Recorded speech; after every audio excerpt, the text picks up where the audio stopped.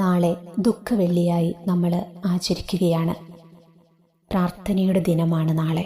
എല്ലാ ക്രൈസ്തവരും പള്ളിയിൽ പോയും വീടുകളിലിരുന്നുമൊക്കെ കുരിശിൻ്റെ വഴി പ്രാർത്ഥന നടത്തുകയും അതിൽ പങ്കെടുക്കുകയുമൊക്കെ ചെയ്യുന്ന ഒരു ദിനമാണ് പ്രത്യേകമായിട്ട്. അപ്പോൾ ഈ ഒരു പ്രാർത്ഥനയുടെ പ്രാധാന്യം എത്രത്തോളമെന്ന് നമ്മൾ ഉറപ്പായും മനസ്സിലാക്കിയിരിക്കണം. നാളെ ദുഃഖവെള്ളിക്ക് പരിഹാര പ്രദക്ഷിണത്തിൽ പങ്കെടുത്ത് കുരിശിൻ്റെ വഴി ചൊല്ലി നിങ്ങൾ പ്രാർത്ഥിക്കുമ്പോൾ ഏറെ അനുഗ്രഹങ്ങളാണ് നാളത്തെ ദിനം പ്രത്യേകമായിട്ട് നിങ്ങൾക്ക് ലഭിക്കുക. ഇതേക്കുറിച്ച് അറിയാത്തവർക്ക് നിങ്ങളത് പറഞ്ഞു കൊടുക്കണം. ബോധ്യത്തോടെയാകട്ടെ ഇത് മനസ്സിലാക്കി ഈ കുരിശിൻ്റെ വഴി പ്രാർത്ഥനയിലൂടെ ലഭിക്കുന്ന അനുഗ്രഹങ്ങൾ എന്തൊക്കെയാണെന്ന് മനസ്സിലാക്കി ആകട്ടെ നാളെ നിങ്ങളെല്ലാവരും ഈ പ്രാർത്ഥനയിൽ പങ്കെടുക്കേണ്ടത്. ഫ്രാൻസിസ് മാർപ്പാപ്പയോട് ഒരിക്കൽ കുട്ടികൾ ചോദിച്ച ചോദ്യമാണ്, പ്രിയപ്പെട്ട പാപ്പ, അങ്ങ് സാധാരണയായി എന്താണ് പ്രാർത്ഥിക്കുന്നത്? ഇതിനു മറുപടിയായി താൻ കുരിശിൻ്റെ വഴിയുടെ ഒരു ചെറിയ പുസ്തകം എപ്പോഴും കൂടെ കൊണ്ടു നടക്കാറുണ്ടെന്നും കുരിശിൻ്റെ വഴി ചൊല്ലി പ്രാർത്ഥിക്കുന്നത് അദ്ദേഹത്തിന് വളരെ ഗുണം ചെയ്യുന്നുണ്ടെന്നും പറഞ്ഞു.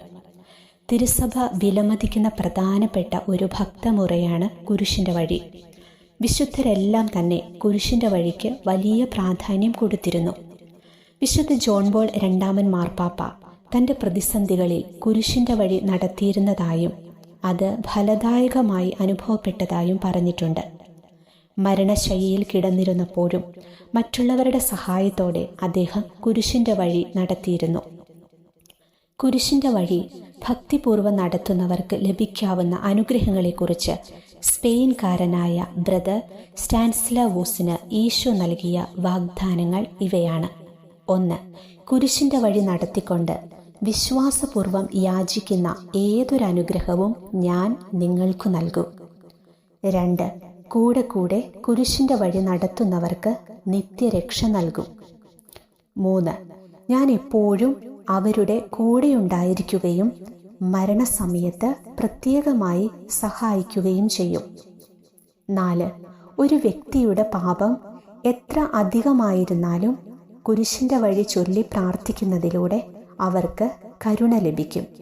മാരക പാപങ്ങൾ എന്തെങ്കിലുമൊക്കെ ഉണ്ടെങ്കിൽ നമ്മളത് കുമ്പസാരത്തിൽ തന്നെ ഏറ്റുപറഞ്ഞ് കുമ്പസാരം നടത്തേണ്ടതാണ് കേട്ടോ. 5. കുരിശിൻ്റെ വഴി നിരന്തരം നടത്തുന്നവർക്ക് സ്വർഗത്തിൽ പ്രത്യേക മഹത്വമുണ്ടായിരിക്കും. 6. ഈ ഭക്തി അനുഷ്ഠിക്കുന്നവരെ ശുദ്ധീകരണ സ്ഥലത്തു നിന്ന് വേഗത്തിൽ മോചിപ്പിക്കും. 7. കുരിശിൻ്റെ വഴിയുടെ ഓരോ സ്ഥലത്തും ഞാൻ അവരെ അനുഗ്രഹിക്കുകയും എൻ്റെ അനുഗ്രഹം നിത്യത വരെ അവരെ പിന്തുടരുകയും ചെയ്യും. 8. മരണസമയത്ത് പിശാചിൻ്റെ പ്രലോഭനങ്ങളിൽ നിന്ന് ഞാൻ അവരെ രക്ഷിക്കുകയും സാത്താൻ്റെ ശക്തിയെ നിർവീര്യമാക്കുകയും ചെയ്യും. 9. സ്നേഹപൂർവം ഈ പ്രാർത്ഥന ചൊല്ലുന്നവരെ എൻ്റെ കൃപയാൽ നിറച്ച് ജീവിക്കുന്ന സക്രാരിയാക്കി മാറ്റും. 10. ഈ പ്രാർത്ഥന നിരന്തരം നടത്തുന്നവരുടെ മേൽ എൻ്റെ ദൃഷ്ടി ഞാൻ ഉറപ്പിക്കും. എൻ്റെ കരങ്ങൾ അവരെ സംരക്ഷിക്കാൻ എപ്പോഴും അവരുടെ കൂടെ ഉണ്ടായിരിക്കുകയും ചെയ്യും. 11. ഞാൻ ആണികളാൽ കുരിശിനോട് ചേർന്നിരിക്കുന്നത് പോലെ കുരിശിൻ്റെ വഴി നിരന്തരം നടത്തി എന്നെ ആദരിക്കുന്നവരോട് ഞാനും ചേർന്നിരിക്കും. 12. എന്നിൽ നിന്ന് അകന്നു പോകാൻ ഇടയാകാതിരിക്കാനും യാതൊരു മാരക പാപവും ചെയ്യാതിരിക്കാനുമുള്ള കൃപ ഞാൻ അവർക്ക് കൊടുക്കും. 13. മരണനേരത്ത് എൻ്റെ സാന്നിധ്യത്താൽ ഞാൻ അവരെ ആശ്വസിപ്പിക്കുകയും അവരെ സ്വർഗത്തിലേക്ക് കൂട്ടിക്കൊണ്ടു പോവുകയും ചെയ്യും. മരണം അവർക്ക് മാധുര്യമേറിയ ഒരു അനുഭവമായിരിക്കും. 14. അവരുടെ ആവശ്യ സമയത്ത് എൻ്റെ ആത്മാവ് സംരക്ഷണം നൽകുന്ന ഒരു കവചവും സഹായവുമായിരിക്കും. സ്പെയിൻകാരനായ ബ്രദർ സ്റ്റാനിസ്ലാവോസിന് ഈശോ നൽകിയ 14 വാഗ്ദാനങ്ങളാണ് നിങ്ങളിപ്പോൾ കേട്ടത്. ഇതിനോടുകൂടി ചേർത്ത് ഞാനൊരു കൊച്ചു സംഭവം കൂടി പറയുവാനായിട്ട് ആഗ്രഹിക്കുകയാണ്. ഒരിക്കൽ ഡാനിയൽ അച്ഛൻ തൻ്റെ പ്രസംഗത്തിൽ പറഞ്ഞ ഒരു കാര്യമാണ്. അച്ഛൻ ഒരു ഇടവകയിൽ ധ്യാനിപ്പിക്കാനായിട്ട് ചെന്നപ്പോൾ ആ ഇടവകയിലെ ജനങ്ങളുടെ ഏറ്റവും വലിയ സങ്കടം ഇതായിരുന്നു.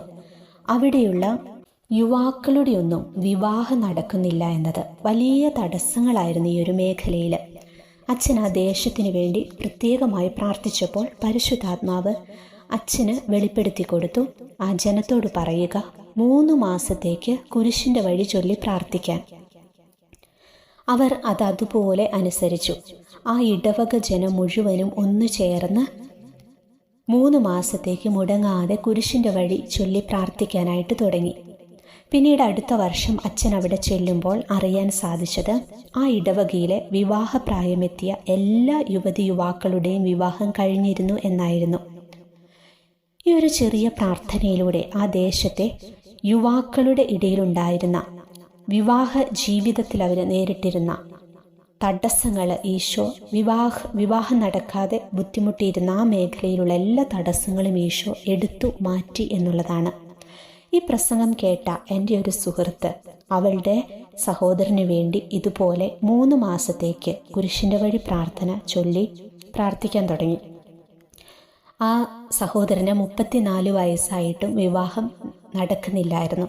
ആ ഒരു സാഹചര്യത്തിലായിരുന്നു എൻ്റെ സുഹൃത്തും അച്ഛൻ്റെ ഈ പ്രസംഗം കേൾക്കുന്നത്. അങ്ങനെ അവളും പ്രാർത്ഥിക്കാൻ തുടങ്ങി. 3 മാസം കഴിഞ്ഞപ്പോൾ ആ സഹോദരൻ്റെ വിവാഹവും നടന്നതായി എന്നോട് അവൾ പറഞ്ഞത് ഞാൻ ഈ സമയം ഓർക്കുകയാണ്. നമ്മുടെ ഏത് നിയോഗത്തിനു വേണ്ടിയും നമുക്ക് ഈ പ്രാർത്ഥനയിൽ വിശ്വാസം അർപ്പിച്ച് പ്രാർത്ഥിക്കാവുന്നതാണ്. വിശ്വാസത്തോടെ പ്രാർത്ഥിക്കുന്ന ആരെയും ഈശോ ഒരിക്കലും കൈവിടത്തില്ല.